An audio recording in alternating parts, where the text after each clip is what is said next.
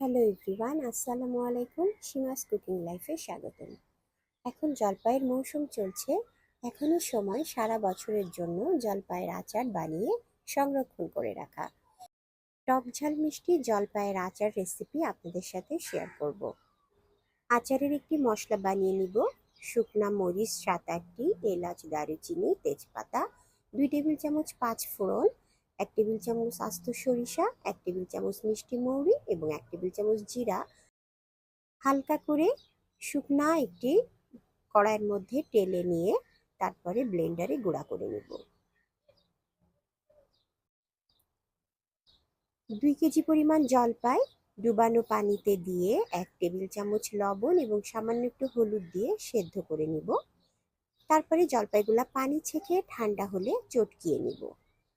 Half KG পরিমাণ সরিষার তেল দিয়ে দিচ্ছি 2 টেবিল চামচ করে আদা, রসুন এবং জিরা বাটা। এখন যে জলপাইগুলা চটকিয়ে রেখেছিলাম সেগুলা এই তেলের মধ্যে দিয়ে কিছু সময় কষিয়ে নিব।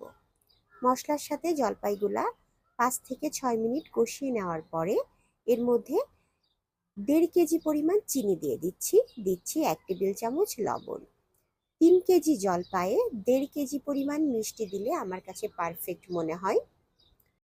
চাইলে এখানে কিছুটা চিনি এবং কিছুটা গুড় মিক্সড করে দেওয়া যায়। আচারের কালারটা যদি টকটকে লাল করতে চান সেক্ষেত্রে কিছুটা গুড় দিতে পারেন।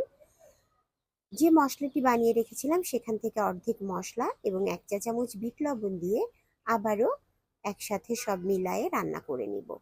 কিছুক্ষণ রান্না করার পরে যখন জলপাইয়ের পানিটা টেনে আসবে এবং জলপাইটা বেশ আঠালো হয়ে আসবে তখন এর মধ্যে 3 টেবিল চামচ পরিমাণ ভিনেগার দিয়ে দিব। ভিনেগার দিলে সারা বছর সংরক্ষণ করতে কোনো অসুবিধা হবে না। বাকি আচারের মশলাগুলা দিয়ে আরও বেশ কিছুক্ষণ রান্না করে নিব। যখন দেখব পানি টেনে এসেছে এবং উপরে তেল উঠে গিয়েছে এবং আচারটাও ঘন হয়ে এসেছে, সেই সময় নামিয়ে একটি ট্রেতে ছড়িয়ে 4 থেকে 5 ঘন্টা রেখে দিব। 4-5 ঘন্টা পরে আপনার পছন্দ মতো আপনি বয়েমে ভরে সংরক্ষণ করতে পারেন সারা বছরের জন্য। আমি একটি প্লেটে নিয়ে আপনাদের সাথে দেখাচ্ছি। আচারের ঘনত্বটা ঠিক এই পর্যায়ে আসবে। আপনি একটি চামচে নেওয়ার পরে চামচটি উল্টালেও আচারটি পড়বে না। এই ছিল আমার আজকে টক ঝাল মিষ্টি জলপাইয়ের আচার রেসিপি। আমার রেসিপিটি যদি ভালো লাগে লাইক, কমেন্ট, শেয়ার দিয়ে আমার সাথেই থাকবেন। ধন্যবাদ।